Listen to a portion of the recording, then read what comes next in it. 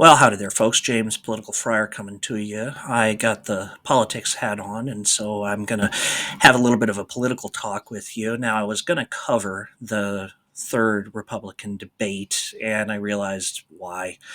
Donald Trump is still 40 points ahead of everybody, and until the Donald Trump question is resolved, the question of who replaces him is not ripe yet. So instead of doing a blow by blow about 3-inch risers in Ron DeSantis's shoes and 5-inch heels for Nikki Haley, I thought I'd actually use the comments that the candidates made in the debate around one issue, Ukraine. And I'm going to use that to explain some parts of the Republican Party and what the Republican Party is doing in its self debate around whether the United States should be supporting Ukraine or not. And this is important because one of the reasons why we don't have a government funding bill right now is because Republicans don't support money for Ukraine. At least some Republicans, probably a minority of Republicans, don't support money for Ukraine, but that minority is enough to stop things from moving forward, especially because this particular minority are willing to just burn stuff down. Same issue that we had with the speaker's race is what's stopping us from having any funding for the government, despite the fact that there is a huge majority in the chamber as a whole for these policies, including support for Israel, Ukraine, the border, and other things. So let's talk about how these candidates approached Ukraine. And I got to give some credit to Tim Scott. Even though he's not going to be the nominee for president, he did do as good a job of explaining the pure American self interest in helping Ukraine defend itself. He explained that as long as Russia is distracted and losing men and materiel, America is winning. See, if Russia's fiddling around in Ukraine, it's not causing trouble anywhere else. And because Russia has set itself as America's enemy, everything that Russia loses in the war against Ukraine benefits the United States. Now, Russia didn't have to set itself as America's enemy in 1990. It didn't even look like they were going to. That was a time before the Soviet Union fell, but after the Berlin Wall fell, when Gorbachev was eager to cooperate with the United States in building a joint world order. Putin decided that wasn't going to be Russia's policy, and over the course of a decade, between 2010 and 2020, he set Russia to be America's sworn enemy. So it only takes one to make an enemy. So once Russia declared Cold War on America, we now have to root against them. It's in our own self interest. And so degrading Russia is the primary benefit of arming Ukraine, and it is a direct American interest in degrading Russia. The second interest that Tim Scott, to his credit, actually did a pretty good job of explaining is deterring China. China is watching the Ukraine war, is watching the Western support for Ukraine, and then is going to evaluate whether it makes sense to have a military adventure in Taiwan. The more money and support that the United States and Europe demonstrate for Ukraine, the more China will be deterred from trying something similar in Taiwan, because China knows that its chances of winning in Taiwan are directly related to America's interests in defending Taiwan. If the United States wants to defend Taiwan, of course it can. If the United States doesn't want to defend Taiwan, of course, Taiwan can't defend itself. And so that's the evaluation that China is making, and it's watching Ukraine to inform whether it's doing it. So good job, Tim Scott. Ron DeSantis is another representative of part of the Republican Party, and this is the part of the Republican Party I think that is actually conservative, genuinely conservative. They're the people who think that Viktor Orban in Hungary is a hero. And so when they see the Ukraine war, they first of all see it as way over there, nothing to do with them, and they see it as uh, maybe the Russians are somewhat more sympathetic.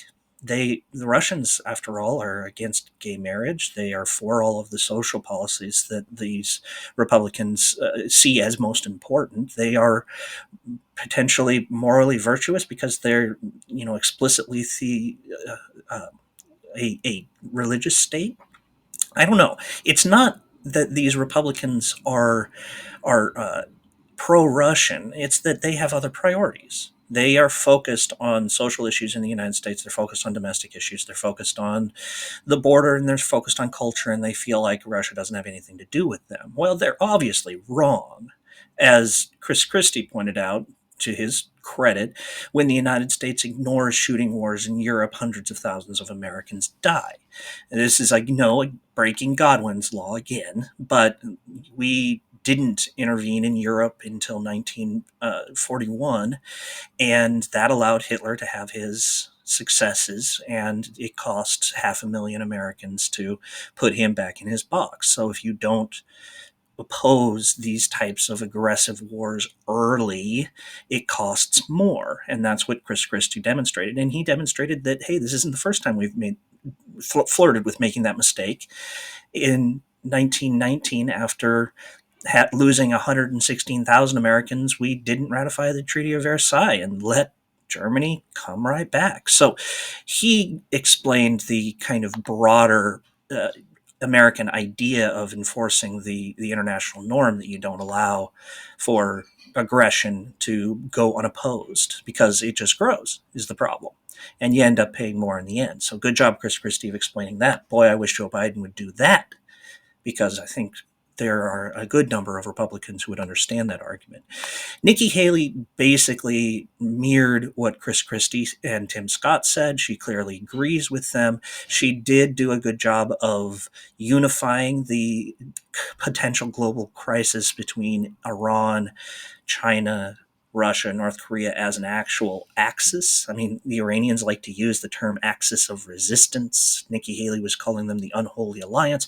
The point is, these folks, because they have shared interests, are coordinating with each other.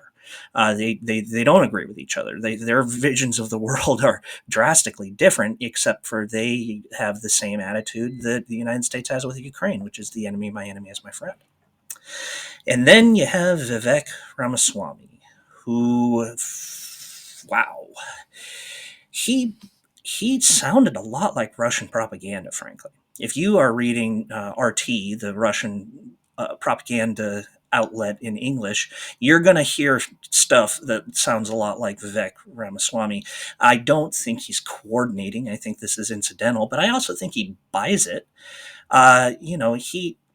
He called Zelensky a Jew, the comedian in cargo pants. He's making fun of him.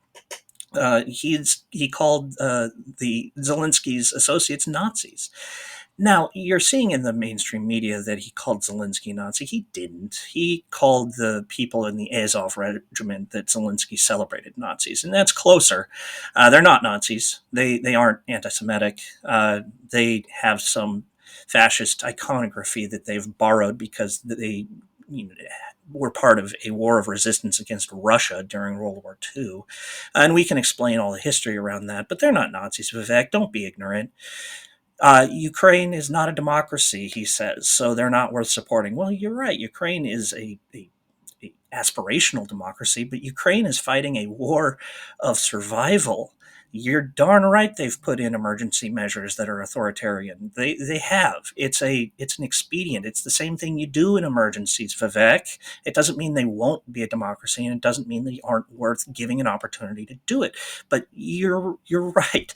In war, Vivek, you do some of these things because you have to try to survive, and then you undo them after the war. Remember, Lincoln suspended habeas corpus during the Civil War.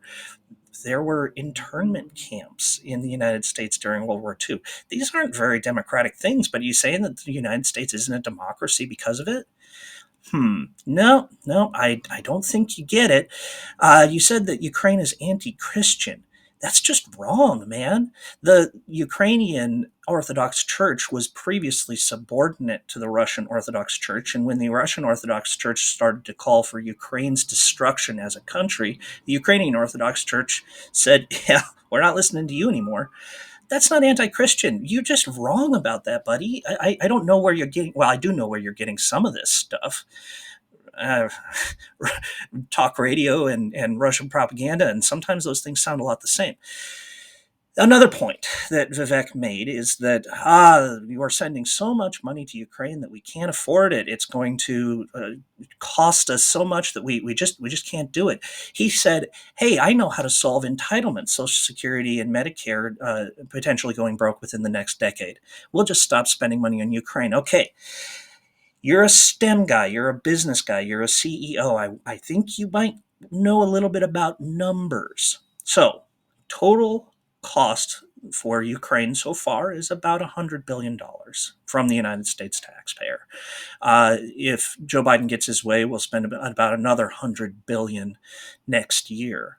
That's $200 billion. Do you have a clue how much Social Security and Medicare cost? Well, in 1 year, not two, they cost 2.2 trillion. That is an order of magnitude different, Vivek, and it's an order of magnitude times two if you're doing it yearly. Buddy, that is ridiculous to say that the Ukraine war is going to somehow bankrupt the United States and that we can solve entitlements by stopping funding Ukraine. You're just nuts. Although you're nuts in a way that appeals to a part of the Republican Party that is anti factual, that is a uh, going with their feelings on stuff, not actually evaluating things in reality, but evaluating things based on their emotions. And so your strident debate kid style probably works for a portion of the Republican Party that is otherwise also a MAGA faction, but it's way out there, man. It's not actually operating in reality. And frankly, Nikki Haley was right when she said that President Xi and President Putin would love for you to be president of the United States. Somebody who's that divorced from what's actually happening and is willing to sacrifice clear American interests for clicks. Well, I guess you do represent my generation. I am on YouTube at the moment. Oh boy. Anyway, tell me what you think in the comments down below. I look forward to reading them. I'm sorry this went a little bit longer, but I wanted to make sure I talked about everything here. And give me a like, hit the subscribe button, tell a friend, share button works too. Anyway, I really appreciate it. Thanks.